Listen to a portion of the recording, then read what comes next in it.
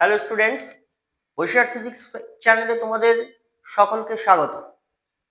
আজ আমার আলোচনার বিষয় হলো ক্লাস 10-এর ভৌত বিজ্ঞানের প্রথম চ্যাপ্টারে যে শর্ট প্রশ্নগুলো থাকবে সেই শর্ট প্রশ্ন এবং তার উত্তরের আলোচনা। ক্লাসটা অবশ্যই তোমরা মনোযোগ সহকারে করবে। এবছর মাধ্যমিকে এই আলোচনা থেকে অনেক প্রশ্ন থাকতে পারে, সুতরাং ক্লাসটা খুবই ইম্পর্টেন্ট হতে চলেছে।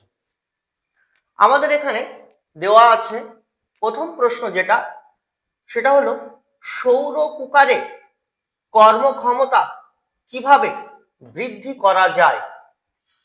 তাই এর উত্তরটা হলো গোলীয় দর্পণ ব্যবহার দ্বারা সৌর কুকারের কর্মদক্ষতা বৃদ্ধি করা যায়। 2 নম্বর প্রশ্ন যেটা আছে, সৌরশক্তির কত শতাংশ বায়ুমণ্ডল শোষণ করে। এর উত্তর হবে 20%। নেক্সট পরের প্রশ্ন আছে, এলপিজি এর পুরো কথা কি। তা এলপিজি এর পুরো কথা হলো লিকুইফাইড পেট্রোলিয়াম গ্যাস। নেক্সট পরের প্রশ্ন হলো, এলপিজি এর প্রধান উপাদান কি। তাই এলপিজি এই গ্যাসটির প্রধান উপাদান হলো বিউটেন।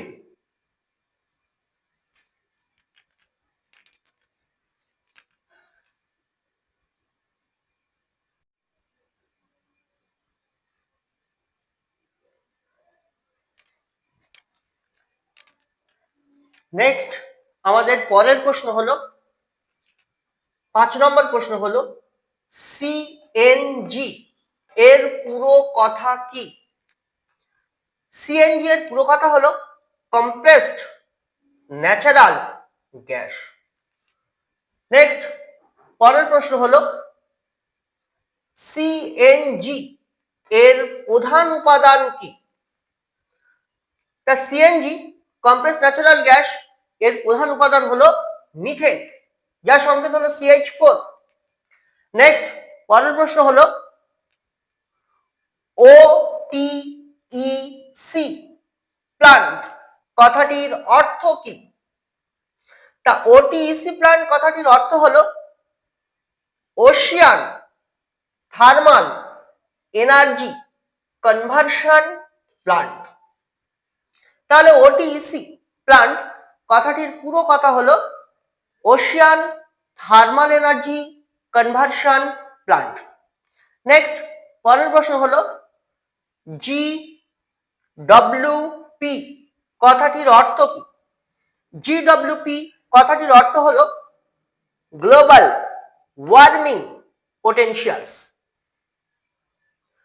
তাহলে জিডব্লিউপি কথাটির অর্থ হলো গ্লোবাল ওয়ার্মিং পোটেনশিয়ালস।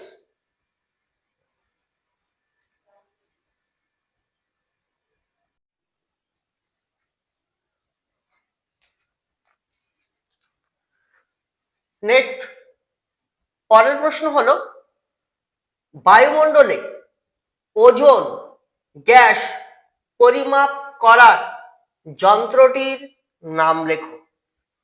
তাহলে ওজোন গ্যাস পরিমাপ করা যন্ত্রটির নাম হলো ডপসন স্পেকট্রোমিটার। ডপসন স্পেকট্রোমিটার একটা যন্ত্র, যে যন্ত্রের সাহায্যে বায়ুমণ্ডলে ওজোন গ্যাসের পরিমাপ নির্ণয় করা হয়। নেক্সট পরের প্রশ্ন হলো, একটি জৈব গ্রিনহাউস গ্যাসের নাম লেখো। জৈব গ্রিনহাউস গ্যাস মিথেন। পরের প্রশ্ন হলো, একটি অজৈব গ্রিনহাউস গ্যাসের নাম লেখো। তা অজৈব গ্রিনহাউস গ্যাস হলো carbon die oxide, CO2।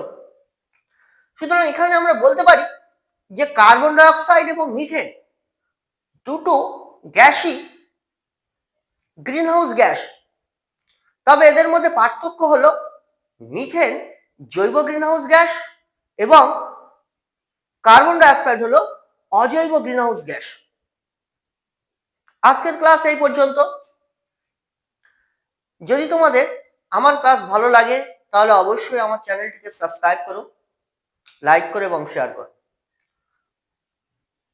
Boishakh physics চ্যানেলের পক্ষ থেকে সবাইকে ধন্যবাদ। বাই।